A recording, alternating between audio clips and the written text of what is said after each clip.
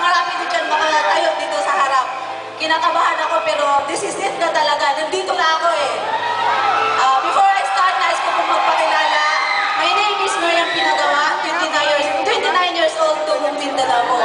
So medyo tigas ko yung pagbigkas ko ng Tagalog, pasensya na po.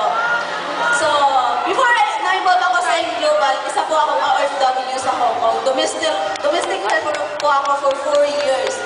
So, doon ko po siya nakilala at doon ko rin po nag-start ng network ko. Unang-una, mahirap kasi bilang isang OFW, 16 hours kaming nakatayo, 16 hours kaming nagtatrabaho. Sa mga OFW, I'm sure nakaka-relate kayo. Minsan pa nga, may bantay pa kami. Ang pinakamahirap doon, sa isang linggo, isang beses lang kaming maka-off. Minsan pa nga, wala eh. Kaya ang hirap talagang gawin ang business. Kasi ang business natin is mag-recruit. So sabi ng upline ko, Mer, alam ko makakaya natin to. So, thank you sa lahat ng nagturo sa amin kung paano gawin ang business through online. Doon ko ginawa yung business, doon namin nag-start, doon lumaki ang grupo ko. After 10 months po na ginawa ko yung AIM Global part-time, nakapag-full good po ako dito sa Pilipinas. So after 10 months po, 3 months after, nakapag-invest po ako ng sarili kong townhouse. Dito po sa Akarinta. Then sabay po noon, nakapagpagawa po ako ng bahay namin sa probinsya. Yung matatawag na bahay, hindi gogo. Kasi alam niyo naman po yung mga bahay sa probinsya. Sabi nga ng mama ko, Nak, I love you. Ganun pala yun. Kasi sa buong place natin, tayo lang ang may pinakamagandang bahay. Dahil po yan sa AIM Global. Grabe guys. At ang pinakamasarap doon, kasi since international yung network namin, yung mga domestic helper po din, OFW na nasa sa ibang bansa, pinapadala sa amin yung pamakain nila. Nagtitiwala sila sa akin. Minsan na, nagpipayin ako, minsan naghumahawa ko ng pera, 200,000, 300,000, nakakatakot. Kasi wala pa po akong sasakit ng time na yun.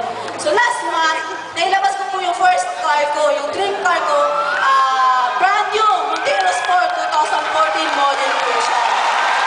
Grabe! The best part po nito, ano po siya?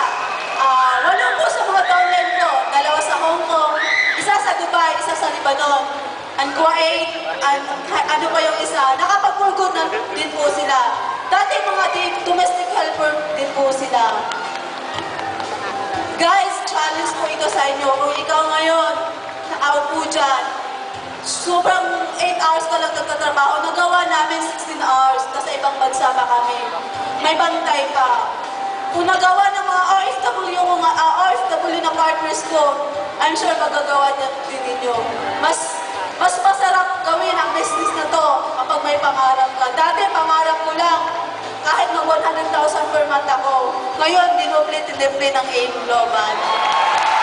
Sa lahat ng uplines ko, sa ulo ng Alliance Unicorn International, ang Brian Tumada, isang mga ngayon up, thank you so much sa walang sawang pagsuporta at pag-guide sa akin.